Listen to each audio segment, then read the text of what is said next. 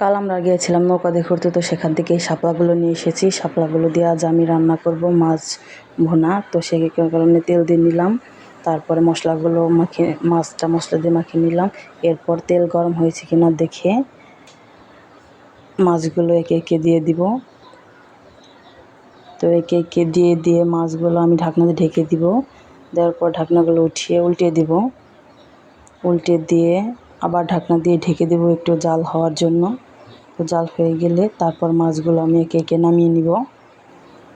নামিয়ে নেওয়ার পর ওই একই তেলে পেঁয়াজ কাঁচামরিচ এগুলো দিয়ে ভালো করে লাল লাল করে আমি ভেজে নিব। নিয়ে শাপলাগুলো দিয়ে একে একে হলুদ গুঁড়ো, মরিচের গুঁড়ো, লবণ দিয়ে নেড়ে চেড়ে ভালো করে আমি মিশিয়ে নেব।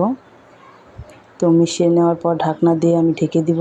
দেওয়ার পর একটু কষে এলে মাছগুলো দিয়ে ভালো করে একটু পানি দিয়ে জাল দিয়ে নামিয়ে নিব।